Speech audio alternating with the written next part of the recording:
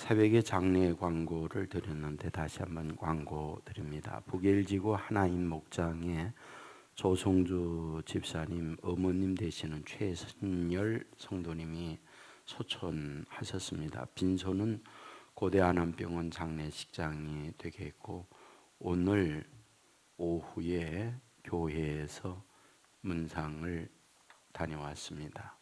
인천지구의 힐링목장 손종욱 집사님과 양현순 집사님, 아버님, 시아버님이신데 손준기 집사님 소천하셨습니다. 전남 영광제일장례식장에 빈소가 마련되어 있고 어젯밤에 하친모 여러분들과 또 오늘 오전 9시 지나서 목장 식구 여러분들이 다녀왔습니다. 이분들을 위해서 기도해 주시고 위로해 주시기를 바랍니다.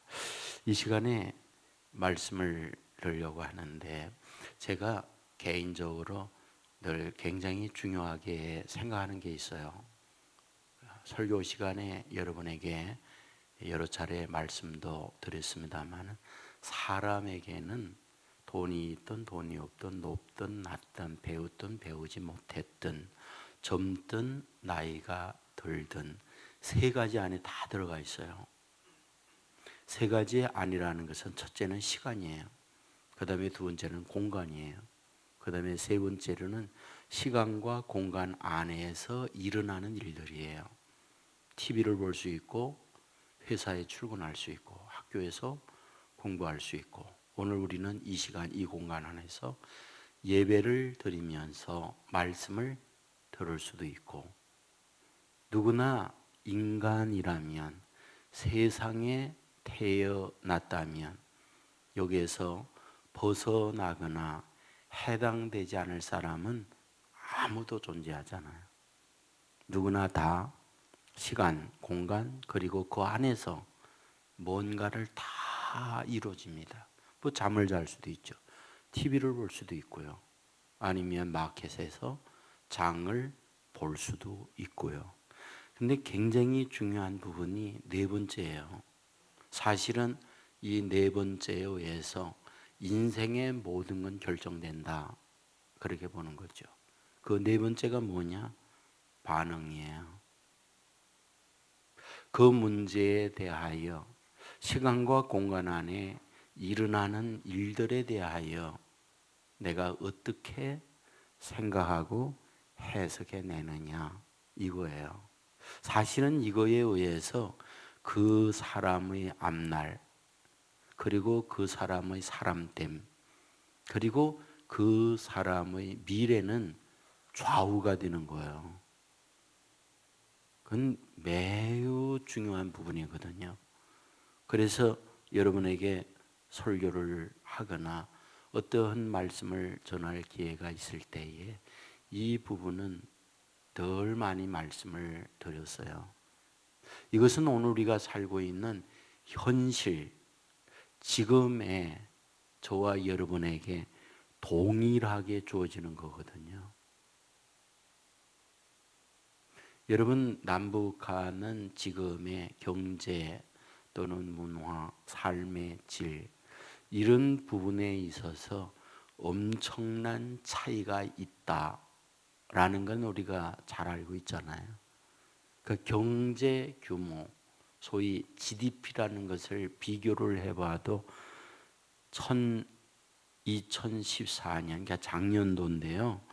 우리 한국이 35,300불로 되어 있고요. 북한이 1,800불이었어요. 그 엄청난 차이가 있는 거죠. 여러분 우리 어릴 때에 초등학교 4, 5회 시간에 공부한 기억들 나실 거예요. 남북이 분단이 되면서 38선으로 가로놓이잖아요. 사실은 그 당시 우리 한국, 남한은 전기의 여력이 너무 열악했어요. 여러분들 사회 시간에 공부했던 거 화력발전소, 수력발전소 기억나시죠? 여러분들 초등학교 다닐 때는 그거 없었군요. 예. 예. 제가 할 때는 그게 있었어요. 근데 거의 대부분이 수력 발전하는 건 다 북한에 있었습니다. 그리고 이쪽에 있던 거 기억나는 게 당인리 발전소. 기억나죠? 당인리가 어딘지 아세요? 모르죠. 우리는 천국만 생각하니까. 예. 근데 당인리가 이 마포에 있는 거기 발전소가 그게 당인리 발전소죠. 근데 그걸 가지고 하는데 북한에서 내려오는 전선을 끊어버렸어요. 여러분들 그때 이 한국은 암흑으로 바뀌었어요. 그 생존 자체가 너무 힘든 거예요. 경제 수준은 북한이 2배나 많았습니다. 왜냐하면 거긴 철강이나 중공업이나 지하 자원이 다 북한 쪽에 있었거든요. 그런데 세월이 가면서 결과는 어떻습니까? 결국 비교가 안 되는 수준으로 바뀌어지게 된 거잖아요. 이유가 뭘까요? 결국은 선택이에요. 공산주의라고 하는 이념을 그들은 선택했고 우리는 시장 자본주의라고 하는 경제 구조를 선택한 거잖아요. 근데 그 결과가 오늘의 이런 현실을 낳고 있는 거잖아요. 그러니까 동일한 여건이나 동일한 상황 속에서 내가 어떻게 결정 내리느냐, 또 어떻게 말하느냐, 또 무슨 일을 만날 때 내가 어떻게 반응을 하고 그런 문제를 처신하느냐, 이것은 오늘의 이런 결과를 낳는다는 거예요. 본문 잘 알잖아요. 이삭에게 쌍둥이 아들이 있었다는 거. 한 아들이 에서고 또 다른 아들이 야곱이에요. 보통 쌍둥이의 출산은 텀이 있어요. 첫째 낳고 조금 얼마 있다가 둘째 낳고. 근데 이 집은 어떻게 낳죠? 쑥 낳았어요, 그냥. 어떻게? 에서가 나오는데 다리를 잡고 함께 나와버렸어. 그 사실상은 그냥 육상 선수의 커트라인 할 때에 한 보 빨리 가서 1등, 2등 정해진 것과 똑같은 거예요. 그래서 에서가 뭐가 됐어요? 형이 됐잖아. 야곱이 동생이 된 거라고요. 사실은 지금도 마찬가지일 수 있지만은 고대 사후에서는 이러한 서열, 장남이냐 차남이냐, 이거 굉장한 의미가 있어요. 왜? 장자에게는 부모의 유산의 거의 대부분은 절반이 갔습니다. 여러분, 한국도 전통적으로 그랬었잖아요. 장남에게 재산을 더 주는 거예요.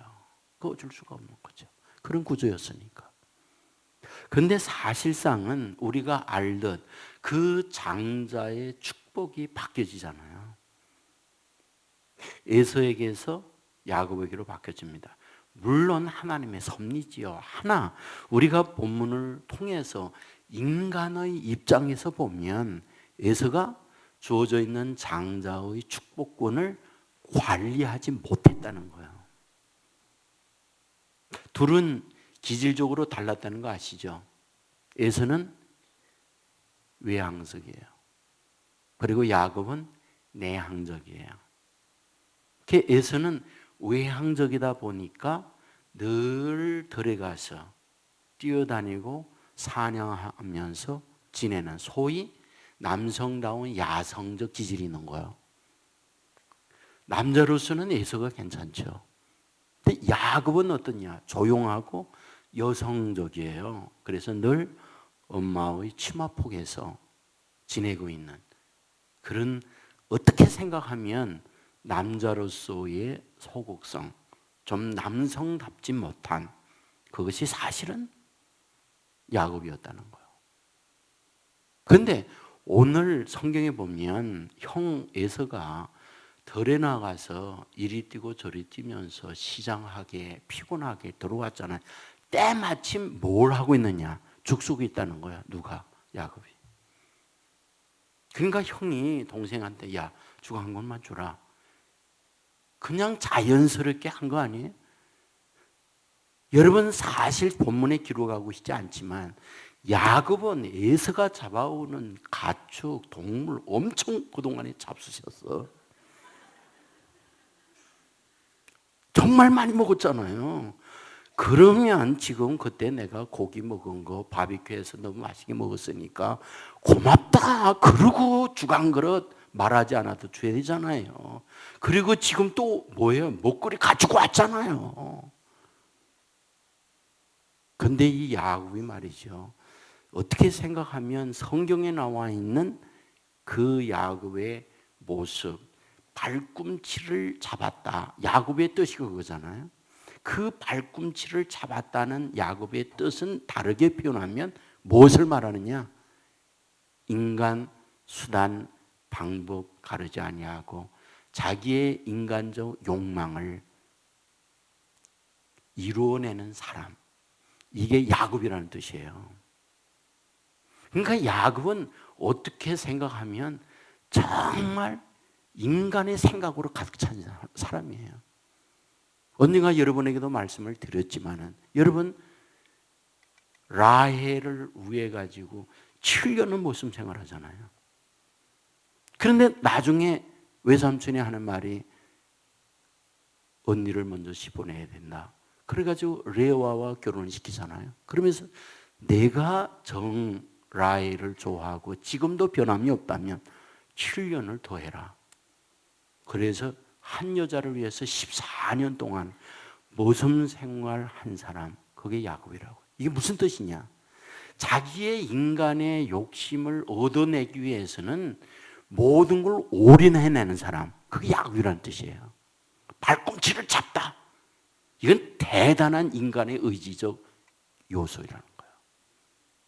그러니까 오늘 본문에서도 딱 보면 시장에서 왔는데 뭐라 그럽니까? 죽 한 그릇 달라고 그러니까 단박하는 말이 장자권을 나에게 팔라는 거예요. 근데 에서는 이게 생각이 없는 사람이야. 덜컥 뭐라 그럽니까? 장자의 명분이 무슨 나에게 유익함이 있으리요. 그리고는 죽 한 그릇 받아 먹고 그래 장자의 명분 내가 가져라 라고 하면서 그거를 넘겨버리고 말들하는 거예요. 이게 오늘 본문에서 나오는 말씀이거든요. 다시 말씀드리면 내가 시장하고 내가 문제를 만나고 있을 때의 그의 행동 결정은 엄청난 실수였다는 거예요. 그리고 그것으로 말미암아 엄청난 축복 자체를 상실하는 결정이었다는 거예요. 저는 오늘 이 시간에 이 문제를 여러분과 함께 다루고 싶은 거예요. 사실은 저와 여러분들도 살 때 이런 일 왜 없겠습니까?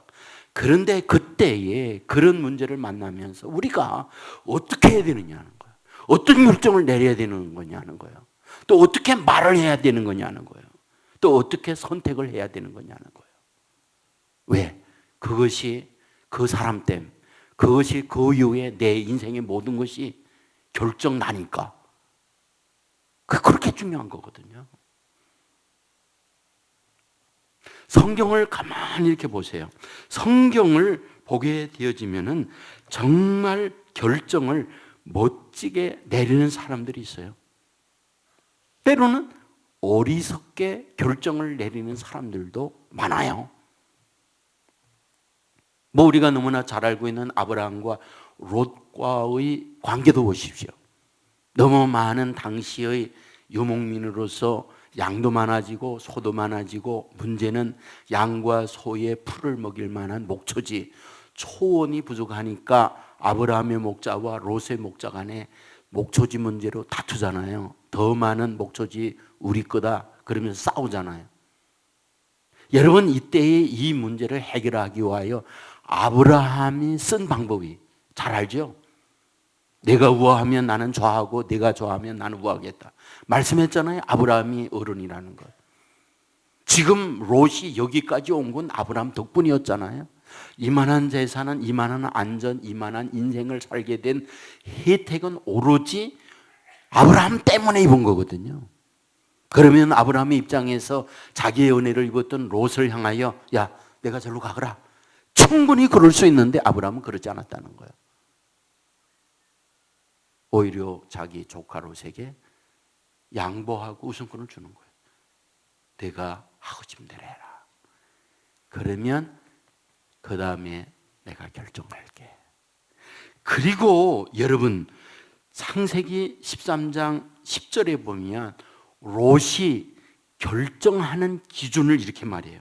이에 롯이 눈을 들어 요단 지역을 바라본 적 소할까지 온 땅에 물이 넉넉하니 여호와께서 소돔과 고모라를 멸하시기 전이었으므로 여호와의 동상 같고 애굽 땅과 같았더라. 이것이 롯이 땅을 결정하는 기준점이었어요. 뭐라? 물이 넉넉했다. 뭐라? 여호와의 동상과 같이 풀이 풍성했다. 그렇다면 여기는 물이 넉넉하고 풀이 풍성하지만 그건 뭡니까? 돈이었거든요. 이게 뭡니까? 그게 재산 정식을 위한 기틀이었거든요.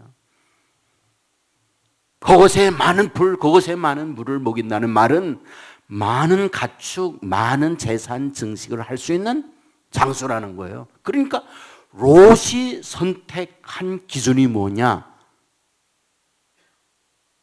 그곳에 가면 하나님을 잘 섬길 수 있을지 이에 대한 생각은 아니었다는 거예요. 여러분 나중에 말씀을 보면 알지만은 그 땅은 어떤 땅입니까? 여러분 롯의 집에 손님이 왔다고 동네 사람들이 모여들었어요. 그리고 한 말 뭐라고 그럽니까? 너 집에 온 손님 내놓으라는 거예요. 왜? 우리가 그와 성적 관계를 하겠다는 거예요. 그러니까 그 지역에 있는 사람들이 다 어떠냐? 완전히 동성영애에 부도덕한 이런 삶의 환경으로 있던 게 지금 어디다? 롯이 물이 넉넉하다면서 간 곳이 그런 곳이었다는 거예요. 그러니까 롯이 선택한 기준은 어떤 윤리, 도덕 이런 하나님 앞에서 바르게 어떻게 살아야 되는가 하는 생각은 전혀 없고 보이는 건 얼마나 돈이냐 이거 보고 결정하더라는 거예요. 결론이 뭡니까?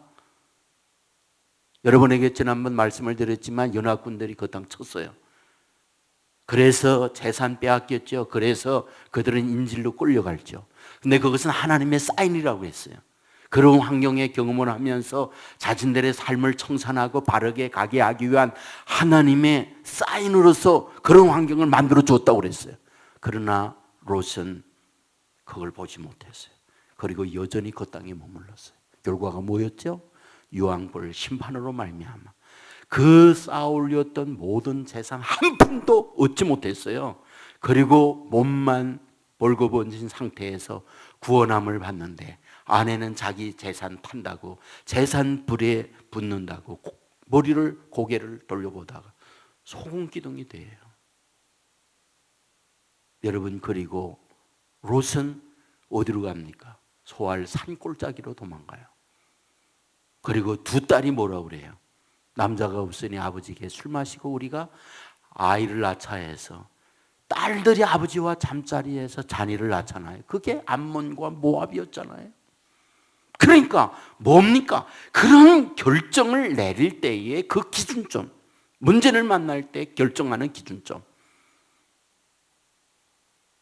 롯은 그 안에 기준이 재산 정식, 돈에 대한 생각, 이것이 그런 결정을 내리다라는 거예요. 그러면 반대, 아브라함은 어땠느냐? 아브라함은 사실상 더 중요하게 여긴 게 뭡니까? 자기 조카에게 한 말이 있어요.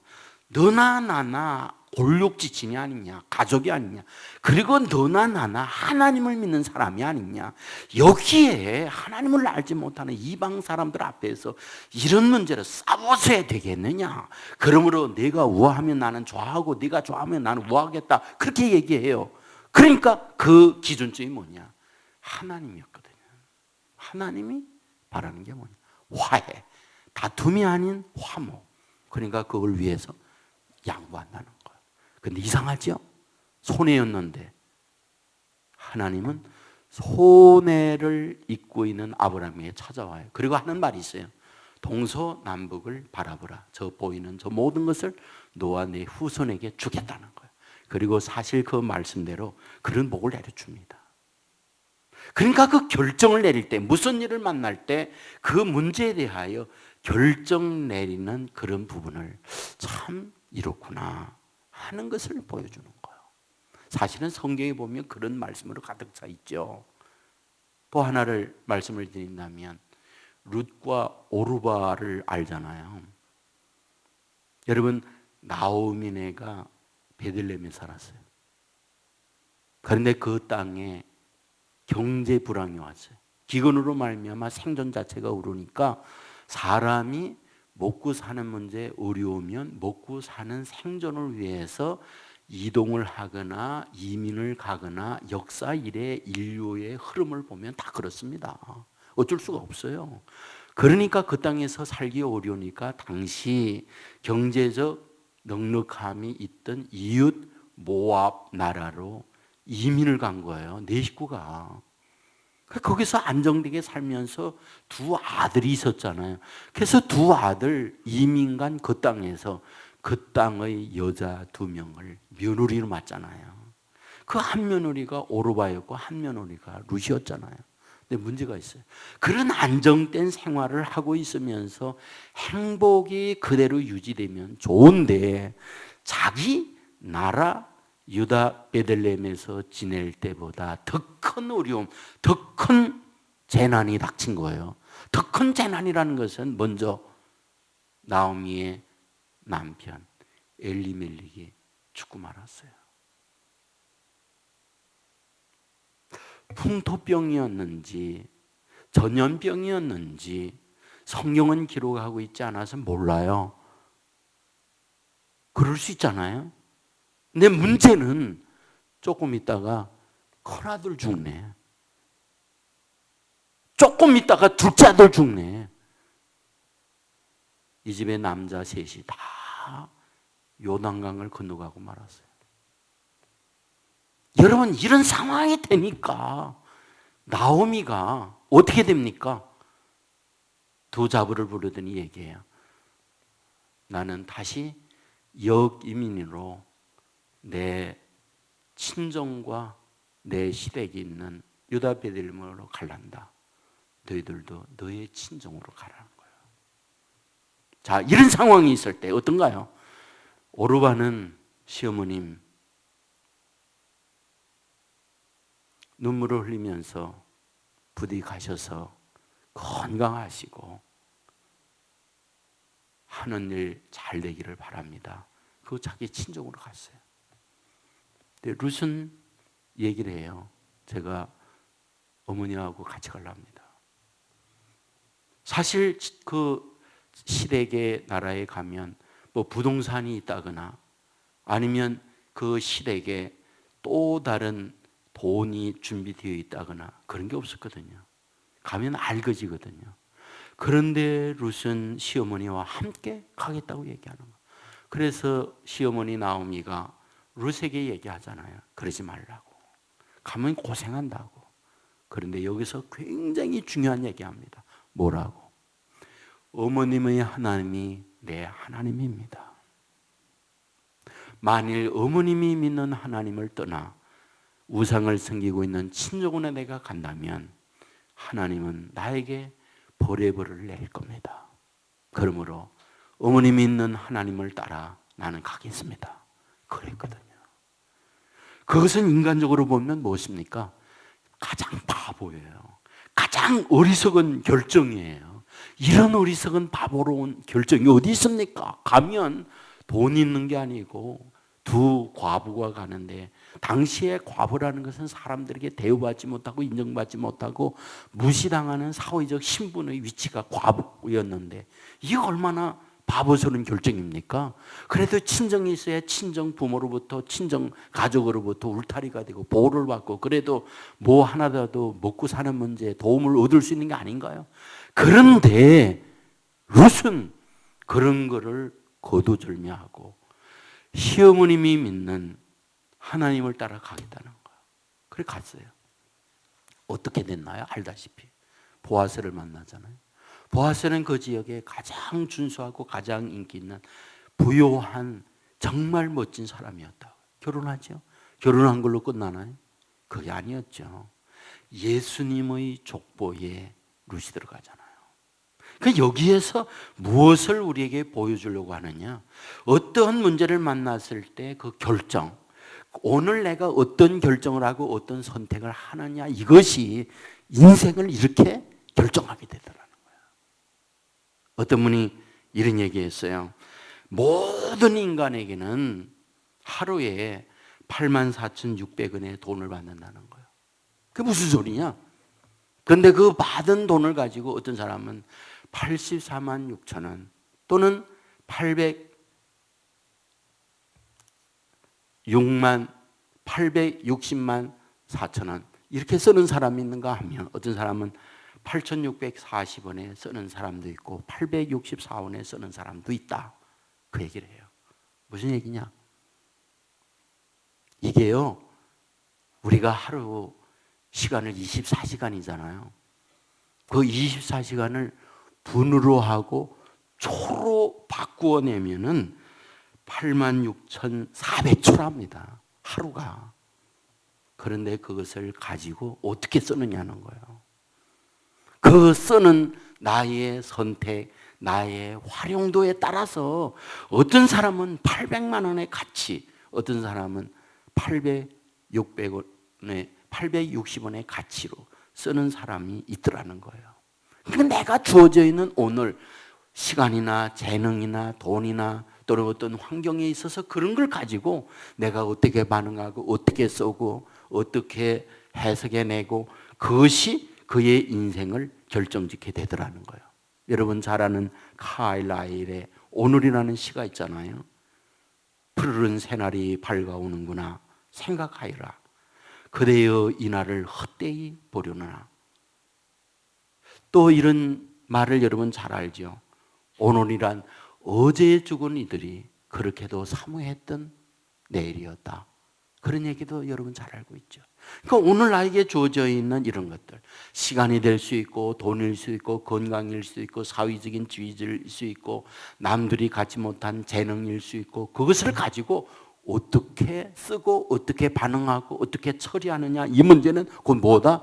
내 인생의 미래를 결정짓는 오늘의 나의 반응이요 결정이라는 거예요. 그래서 지금 저에게 주어져 있는 이런 부분을 정말 바르게 쓰는 건 너무 중요해요. 그렇다면 문제가 있어요. 어떻게 그렇게 바르게 결정 내리고 바르게 선택하고 바르게 말하고 우리가 원하는 그걸로 인하여 정말 잘했다고 인정받을 수 있는 결정을 내릴 수 있느냐는 거예요. 그게 바로 지혜입니다. 지혜가 있어야 돼요. 지혜가 있어야 돼요. 문제가 뭔지 아세요? 그 지혜를 암울하게, 그 지혜를 정말 미련하게 만드는 게 있어요. 그게 탐욕이에요. 탐욕이 결국은 인간의 모든 것을 가리우고 아둔하게 만들고 미련하게 만드는 거예요. 여러분 정말 지혜가 필요해요. 그런데 우리로 하여금 탐욕 자체가 우리의 판단, 우리의 결정을 흐리게 만들어요.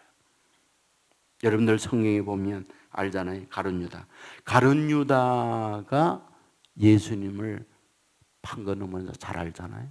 그 어떻게 그럴 수 있을까? 예수님과 더불어 3년 반 동안 지내면서 말씀도 듣고 날마다 능력과 기적 행하는 것을 들었는데 어떻게 그럴 수 있을까? 사실은 예수님과 함께 지내고 있었지만 그 안에 탐욕으로 가득 차 있었어요. 요한복음 12장에 보면 우리가 잘 알잖아요. 예수님께서 베다니에 있는 나사로를 죽은 자 가운데 살려냅니다. 그리고 예수님이 베다니의 나사로의 집을 방문해요. 여러분, 마르다와 마리아 두 누이가 있다는 거 잘 알죠? 너무너무 감사하니까 마리아가 시집가기 위하여 나드향 한 옥합, 그게 300데나리온이나 되는 돈이었다고 그러잖아요. 1데나리온은 노동자가 하루에 가서 벌 수 있는 품삯이에요. 그러니까 300데나리온이라는 말은 거의 1년 동안 노동자가 일해서 벌 수 있는 돈이에요. 엄청난 돈이거든요. 근데 그것을 깨가지고 예수님의 발 앞에 그냥 부어버렸거든. 그리고 자기의 머리카락으로 예수님 발을 씻었거든. 무슨 얘기입니까? 그 엄청난 돈의 가치를 쏟아버렸다 이 말이거든요. 그러니까 이 모습을 보았던 가룟 유다가 생각할 때에 이건 아니지, 이럴 수 없지, 차라리 그것을 팔아 가난한 자에게 주면 가난하고 힘없고 어렵고 눈물 흘리는 자들이 눈물 닦아줄 수 있고 위로 소망을 줄 수 있는데 어떻게 그럴 수 있어? 라고 생각하잖아요. 성경은 뭐라고 그럽니까? 그 성경은 요한복음 12장 6절에 보면 이렇게 말하면 가난한 자들을 생각함이 아니요 그는 도둑이라 돈꾀에 맞고 거기에 넣는 것을 훔쳐가미르라. 그 안에 탐욕이 눈을 가리고 있었어요. 그래서 예수 그리스도의 메시아됨을 모르는 거예요. 그래서 예수님을 파는 거예요. 결국 이 탐욕이 지혜를 막습니다. 결국 욕심이 다 이런 미련한 인생을 살도록 만듭니다. 그 살면서 우리 인생의 여러 가지, 그것이 정치이든 또는 경제이든 또는 삶의 여러 분야에 있든 다 문제가 있을 때 그거를 들어가보면 밑바닥에 욕심이 가려서 그런 미련한 말, 미련한 결정, 미련한 행동을 하고 그것 때문에 낳는 아픔 너무 크다는 거예요. 지혜가 필요해, 지혜. 여러분, 어떻게 그러면 지혜를 얻을 수 있을까? 물론 욕심을 버려야 되는데 욕심은 인간에게 늘 밑바닥에 깔고 있어서 굉장히 힘들어요. 그런데 그 욕심을 그나마 조금씩 줄여 갈 수 있는 것, 그것은 결국은 하나님에 대한 생각을 잊지 말아야 돼요. 내 생각이 나를 지배하면 내 생각이란 욕심이 나를 이끌어갈 수밖에 없어요. 그러니까 하나님의 생각으로 늘 나를 끌어가야 돼요. 하나님의 생각을 늘 끌어가는 방법 중에 하나가 뭐냐? 이게 말씀이에요. 말씀을 읽고 말씀을 묵상하고 말씀이 나를 다스려가도록 해야 돼요. 여러분 이런 거 잘 알죠? 탈무드에 나오는 이야기. 아버지가 엄청난 재벌이었는데 아들 하나밖에 없어요. 그런데 그 아들이 먼 나라에 출장을 갔을 때 아버지가 시름시름 앓면서 병으로 세상 떠나게 됐어요. 문제가 그 엄청난 재산을 어떻게 할 수가 없는 거예요. 아들이 멀리 가 있고 지금과 같이 휴대폰으로 전화할 수 있는 때가 아니기 때문에 유서를 쓰잖아요. 종이의 유서의 내용이 뭡니까? 내 전 재산을 내 사랑하는 종 자네에게 준다. 그 유서를 썼어요. 그리고 내 아들이 오면 그 많은 재산들 중에 딱 하나만 원하는 거 아들에게 주거라. 그리고 유서를 쓴 거예요. 그 아버지 세상 떠난 거예요. 야, 오래간 전에 갔던 그 아들이 왔는데 이 하인이 얼마나 좋습니까? 그 엄청난 재산이 주인 돌아가면서 그 유산을 다 상속받게 됐습니다. 너무 기쁘지. 그게 다 하나만 주면 되잖아요. 근데 그 아들이 아버지가 쓴 유산을 보니까 모든 재산을 그 하인에게 다 줘버렸어요. 그리고 딱 하나만 원하는 거를 아들에게 주라고 그런 유서를 쓴 거예요. 그래서 그거를 이렇게 보는데 딱 번개처럼 지나가는 지혜가 있는 거예요. 아, 그렇구나. 아버지가 깊은 뜻이 있었구나. 그래서 하나를 딱 잡죠. 그게 바로 하인이었어요. 당신 내 거다고. 그랬더니 하인이 자기 건데 뭐 그 나머지 건 다 어떻게 됩니까? 결국 다 자기 거가 되는 거지. 저는 그 이야기, 탈무드에 나오는 이야기를 이렇게 보면서 어떤 생각이 드느냐? 어떻게 그 아들은 그리고 그 아버지는 이런 지혜를 전수시킬 수 있었을까? 저는 그 생각을 해봤어요. 저는 분명한 게 있어요. 이게 탈무드에 나오는 이야기입니다. 탈무드가 뭡니까? 탈무드는 유대인의 지혜서라고 얘기해요.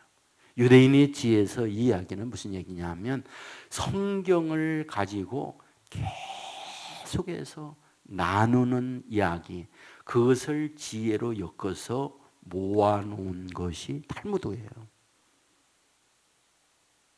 결국 이 아버지와 이 아들은 평소에 이런 말씀의 나눔의 과정을 통하여 그 세계의 지혜, 이것을 얻도록 만들어 주었기 때문에 아버지가 그런 유소를 한다 할 때 그 유소에 대하여 이 아들은 어떤 것을 선택할 것을 알고 있던 거죠. 이게 중요하다고 생각하는 거예요. 정말 우리가 지혜로워야 돼요. 그리하여 지혜라고 하는 것은 말해야 할 때 말하지 말아야 할 때, 서야 할 때 앉아야 할 때, 나서야 할 때 나서지 말아야 할 때, 그리고 선이냐 악이냐 이런 것들을 결정하는 거예요. 특별히 분별 능력. 오늘의 이런 결정이 이후에 어떤 결과를 가져올까, 이런 분별을 하는 것, 그게 지혜예요. 여러분 성경을 가만히 보십시오. 지혜의 사람을 말할 때 다니엘을 빼놓을 수 없잖아요. 다니엘은 말입니다, 아는 대로 유대인이에요. 어린 때에 포로로 끌려갔어요. 어디로? 바빌론으로. 그리고 그때 왕이 느부갓네살입니다. 그 느부갓네살 왕이 많은 사람들이 있는데 그 가운데에서 총리로 선택할 때 누구를 선택했느냐?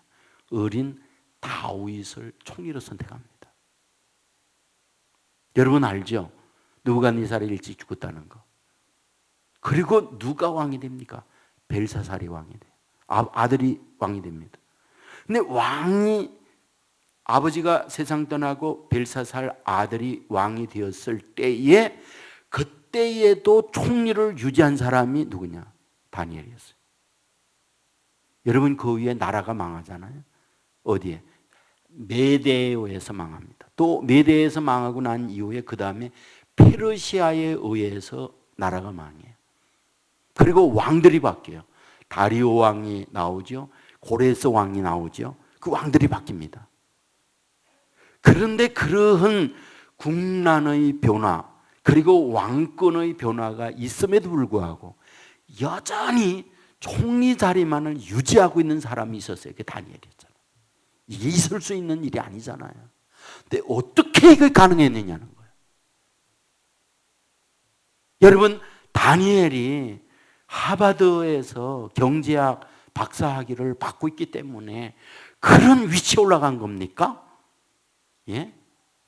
가장 정치에 유능한 능력을 갖고 있다고 하는 저 와싱턴에 어떤 싱크탱크에서 탑 리더로 그 모든 걸 겸비하고 있으니까 당시 국제 정세와 이러한 전략에 있어서 다니엘만큼 따라올 사람이 없으니까 너만 여기 있어야 된다, 그런 겁니까? 그건 아무것도 없어요. 단 하나였어요. 지혜였어요. 그런 국가를 다스리고 사람과의 관계를 이루어내는데 탁월한 지혜가 있던 사람이에요. 그 지혜를 누구도 따라올 수가 없었거든요. 그러니까 그 지혜로운 다니엘이 선택되는 거예요. 여러분 잘 알죠? 요셉이 이집트의 총리가 된 거 30살 때 총리가 됐습니다. 여러분 총리 될 때에 요셉 보니까 궁금한 애구나, 이만한 능력자 없구나, 그래 내가 이 나라의 총리 되거라. 바로가 그런 겁니까? 여러분 알다시피요, 요셉은 이렇다 할 공부를 못했다는 거 아시잖아요. 17살 때 고작 한 게 뭡니까? 집에서 양치기 하고 심부름하고 그 일하다가 끌려왔어요. 그리고 감옥에 갇혀서 무슨 생활하다가 그리고 30살 때까지 있다가 총리가 딱 된 겁니다.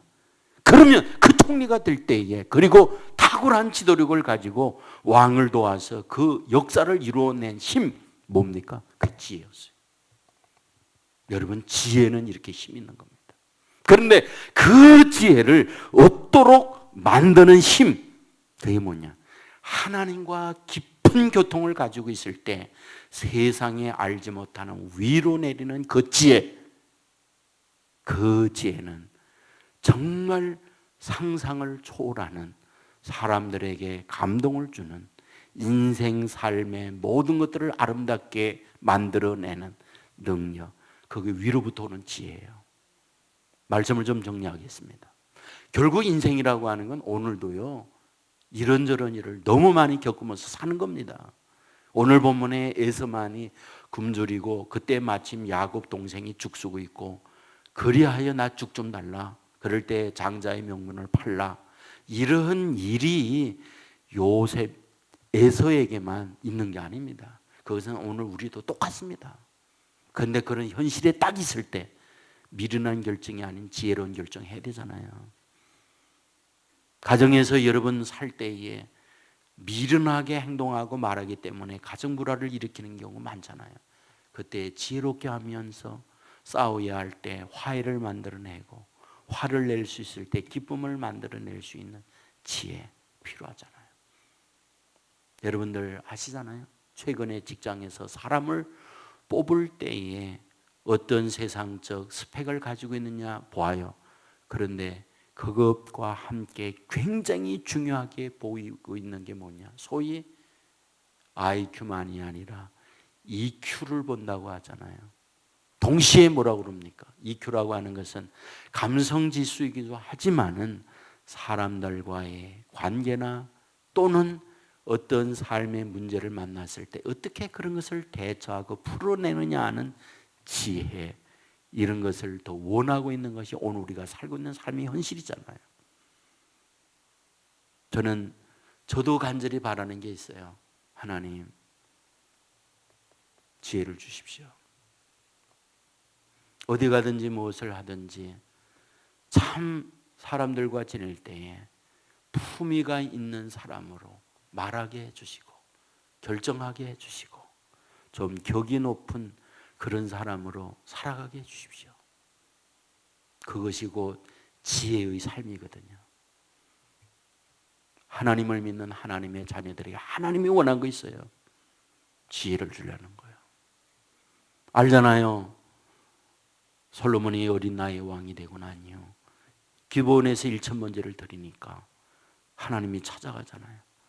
왜 이렇게 1,000번제를 드리느냐? 하나님, 나 어립니다. 이 나이에 왕 통치자로 어떻게 다스려 갑니까? 나라를 바르게 통치할 수 있도록 지혜를 주십시오. 하나님이 너무 기뻐하잖아요. 얘기해요. 지혜만 아니다. 너에게 권력 준다. 너에게 돈 준다. 너에게 수도 준다. 너에게 그 외에 다른 거 다 준다. 그 얘기를 하잖아요. 그러니까 하나님이 지혜를 구하고 지혜를 찾는 사람을 그렇게 기뻐하세요. 그 지혜는 하나님의 생각, 그 지혜는 하나님의 다스림을 받으려고 하나님께 사모하며 나가는 그에게 위로 하나님이 그 지혜를 허락해 주시는 줄 믿습니다. 그리하여 그 지혜로 말미암아 수많은 삶의 문제들을 아름답게 처리도 하고, 아름답게 말도 하고, 어떤 선택도 하고, 그러므로 말미암아 참 지혜자에게 주시는 주님의 은혜, 주님의 사랑, 그 주님의 축복을 받아 누려 사는 저와 여러분의 삶이 되기를 주의 이름으로 축원합니다. 기도하겠습니다.